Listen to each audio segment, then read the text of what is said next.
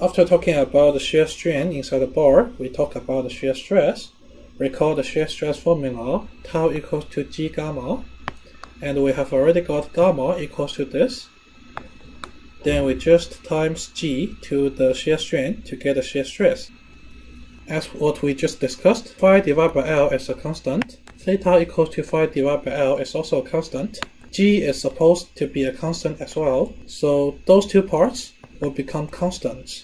Then the shear stress equals to constants times the rho, which is distance from the center. This formula shows that the shear stress is linearly distributed inside the bar. Notice that this phenomenon is also valid for hollow shafts, and it will be left to you as an exercise to prove it. For the maximum shear stress, we just use the maximum shear strain times the shear modulus. The result will be like this.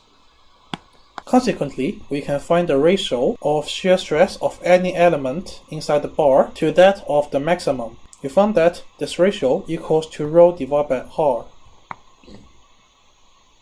Then we can write the shear stress inside the bar to be tau equals to rho divided by r times tau max, where rho divided by r is a kind of ratio. This is a figure drawn from our previous lecture notes, talking about the shear stress of every element inside the prismatic bar. When a torque is applied on this end, for those surfaces, when there's a torque acting on the end of the bar, those surfaces are directly affected and there will be shear stress acting on it by the torque directly. For the rest of shear stresses on element, they are all caused by the applied shear stress by the torque. They are called the complementary shear stress. And somehow there is an important conclusion that we can draw from the applied shear stress and the complementary shear stress. Consider a little piece of differential element. For this coordinate system, this shear stress is acting on positive x surface pointing to the negative y direction.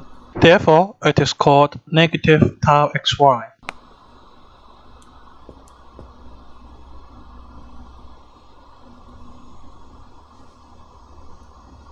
For this tau xy, there will be complementary shear stresses acting on the rest of the three surfaces. Take the moment above P and consider the moment equilibrium. First, for shear stress on each surface, we consider the shear force acting on that surface. The force acting on this surface is tau yx dx dz. So this is the force minus tau yx dx dz.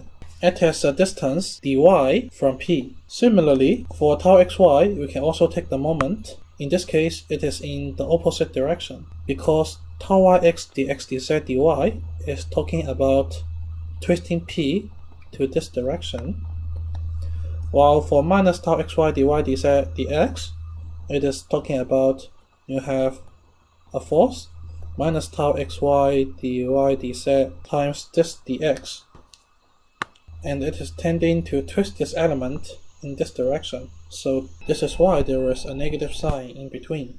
By simplifying the above expression, you know we have dx dy dz, then what we left is just tau xy equals to tau yx equals to a magnitude of the shear stress. The result will be the same no matter where you take the moment.